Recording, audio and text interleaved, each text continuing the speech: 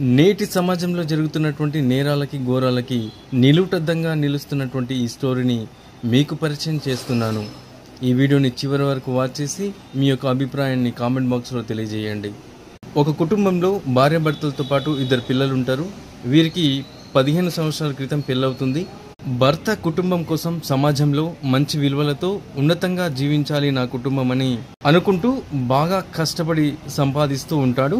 భార్య తరచుగా గొడవ పడుతున్నా బ్రాడ్ థింకింగ్తో పట్టించుకోకుండా తన వర్క్ మీద డిపెండ్ అయి కుటుంబం గురించి ఆలోచించే వ్యక్తిత్వం కలిగిన వాడు.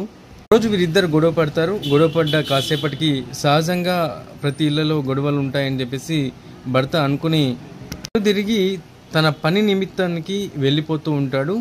వెనకనే ఉన్న తన భార్య ఒక బలమైన ఆబ్జెక్టుతో భర్త తలపై కొట్టడం చేస్తుంది. దెబ్బ కారణంగా తలలో పూర్తిగా రక్తస్రావం ఏర్పడుతుంది.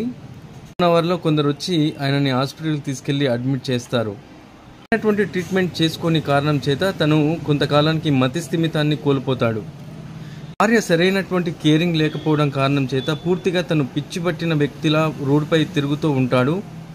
ఆ వ్యక్తికి సరైనటువంటి ఫుడ్ లేక, సరైనటువంటి వ్యక్తిగత శుభ్రత లేక శరీరంపై అక్కడక్కడ పుండ్లు ఏర్పడి చిరిగిన వస్త్రాలతో ఊర్ల వెంబడి తిరుగుతూ ఉంటాడు. అలా తిరుగుతూ ఒక ఊరికి వెళ్తాడు.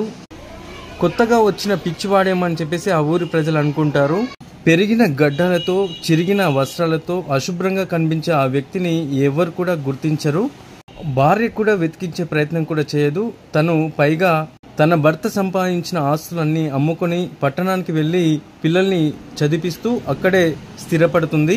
అలా కొన్ని సంవత్సరాలు గడిచిన తర్వాత అటువైపుగా ఒక కారులో ఒక ఫ్యామిలీ వెళ్తూ ఉంటుంది.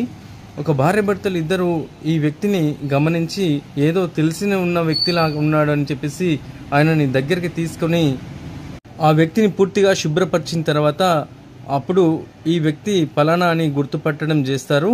చేసిన తర్వాత వారికి తెలుసున్నటువంటి ఒక మంచి వైద్యుని దగ్గరికి తీసుకెళ్లి ఆయనకు ట్రీట్మెంట్ ఇప్పిస్తారు. కొంతకాలానికి కొంచెంగా ఆయన కోలుకుంటూ ఆయన మతి స్థిమితం నుంచి బయటపడతాడు. ఆ వ్యక్తిని మమ్మల్ని గుర్తుపట్టారా, మేము గతంలో మీ దగ్గర వర్క్ చేశాము, మీ వల్లనే మేము ఇప్పుడు ఈ పొజిషన్లో ఉన్నామని చెప్పేసి గుర్తు చేస్తారు. అవును, నేను గుర్తుపట్టానని చెప్తాడు. మీరు ఇలా అవ్వడానికి కారణం ఏంటి అనేది వాళ్ళు అడుగుతారు. మొత్తం జరిగిందంతా ఆయన చెప్తాడు. ప్రస్తుతం తను మళ్ళీ కొత్త జీవితాన్ని ప్రారంభిస్తాడు. ఫైనల్ గా ఇది ఈ స్టోరీ సినిమాటిక్ గా ఉన్నప్పటికీ ఇది వాస్తవంగా జరిగిన సంఘటన. వ్యూవర్స్, ఇక్కడి వరకు మీరు వాచ్ చేసుకుంటూ వచ్చారు కదా, మీకేమనిపించింది?